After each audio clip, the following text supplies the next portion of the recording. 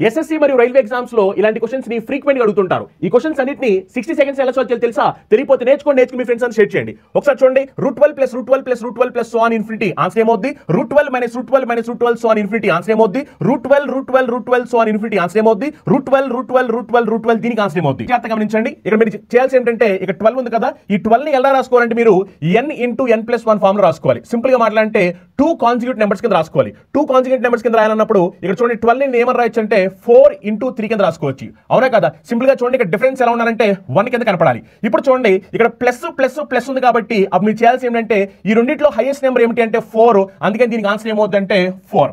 అదే ఒకవేళ మైనస్ ఉంటే కనుక ఈ రెండిట్లో స్మాలెస్ట్ నెంబర్ ఏమిటి అంటే 3. అందుకే దీనికి ఆన్సర్ ఏమవుతుంది అంటే 3.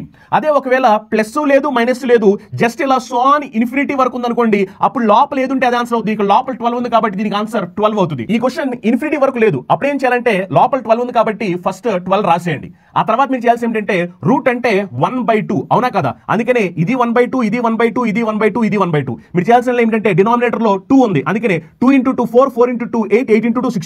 అంటే ఇక్కడ ఏమొచ్చిందంటే 16 వచ్చింది. పైన 1 తక్కువ రావాలి, 1 తక్కువ అంటే 15 వచ్చింది. అంటే ఈ క్వశ్చన్ ఆన్సర్ ఏమవుతుందంటే 12^15/16 అవుద్ది. ఇలాంటి క్వశ్చన్ కనిపిస్తుంది. ఈ క్వశ్చన్ ఆన్సర్ వస్తే వెంటనే కమెంట్ చేయండి. నచ్చిందా ట్రిక్? నచ్చితే వెంటనే ఫాలో అయిపోండి.